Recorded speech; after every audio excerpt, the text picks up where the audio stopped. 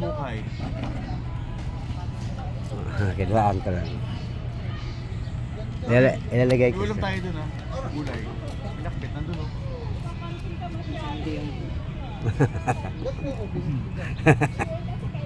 Hello. Nandun dun Ayan na ang mga ukay-ukay ni ate. Tayo po'y mamili na. At murang-mura. May pantalon ka na, may t-shirt ka na sa halagang murang-mura. 15, 10.